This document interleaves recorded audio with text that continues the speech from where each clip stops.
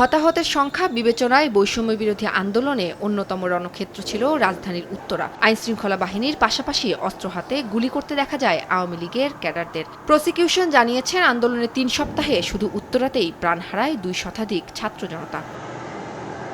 রোববার মানবতা বিরোধী অপরাধীদের মামলায় ট্রাইব্যুনালে হাজির করা হয় উত্তর সিটির সাবেক মেয়র আতিকুল ইসলাম সহ ৯ জনকে। তদন্ত শেষ না হওয়ায় আরও ২ মাস সময় আবেদন করেন চিফ প্রসিকিউটর।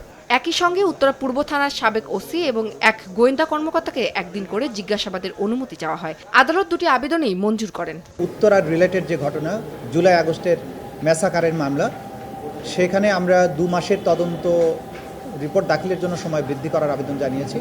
আদালত সেটা মঞ্জুর করে ১২ই মে পরবর্তী তারিখ নির্ধারণ করেছেন।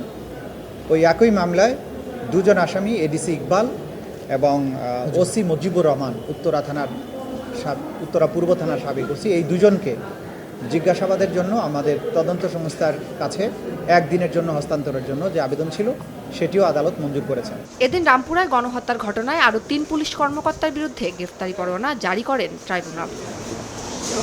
এদিকে গুমের ঘটনায় ট্রাইব্যুনালের প্রসিকিউশনে অভিযোগ জমা দিয়েছেন সাবেক রাষ্ট্রদূত মারুফুজ্জামান।